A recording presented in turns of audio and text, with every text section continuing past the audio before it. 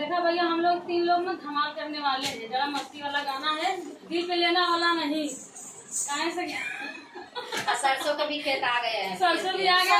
सरसों का है भाई, सरसों फुलाया है मस्त मस्त। और सरसों के ऊपर ननद हमारी जानते हो कि मैं ननद और देवर के लिए बहुत गाना गाती हूँ। और रेखा हमारी दीदी देने जा रही है हम लोग साथ। सरसों का फूल